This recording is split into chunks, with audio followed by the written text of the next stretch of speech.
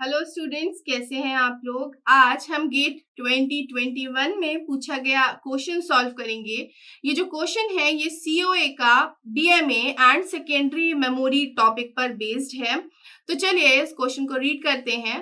Question है, which of the following facilitate the transfer of bulk data from disk to main memory with the highest throughput. Actually question में हमको कुछ options दिए हैं और इस ऑप्शन में हमको पूछा है कि इनमें से कौन से में हम बल्क डेटा को ट्रांसफर करते हैं हार्ड डिस्क से मेन मेमोरी में विद हाईएस्ट थ्रूपुट। तो अगर आप ऑप्शन देखेंगे तो यहाँ पर हम एलिमिनेट कर सकते हैं। सबसे पहले अगर हम fourth option programmed input output की बात करते हैं तो प्रोग्राम्ड इनपुट आउटपुट में होता क्या है कि सीपीयू को इनपुट आउटपुट मॉड्यूल के लिए वेट करना पड़ता है, जिससे कि हमारा सीपीयू का टाइम वेस्ट होता है। तो ये तो बिल्कुल इनकरेक्ट ऑप्शन है। अगर हम बात करते हैं interrupt driven input output transfer की, हमने ये सारी चीजें थ्योरी में बहुत अच्छे से एक्सप्लेन की हुई हैं, यहाँ पे मैं आपको बस शॉर्ट में बता रही हूँ।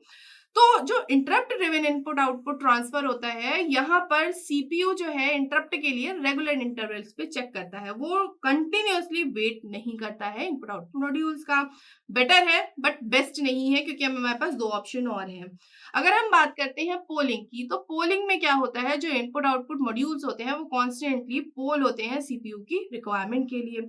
बट अगर आप ऑप्शन ए देखेंगे ना, तो यहाँ पर DMA based input output transfer में हमने थ्योरी में देखा था कि यहाँ पर सीपीयू का कोई भी इन्वॉल्वमेंट नहीं होता है, और कोई भी इन्वॉल्वमेंट ना होने के कारण यहाँ पर हम लार्ज अमाउंट ऑफ डेटा या फिर बल्क में फाइल्स को सेकेंडरी स्टोरेज से प्राइमरी स्टोरेज में ट्रांसफर कर पाते हैं।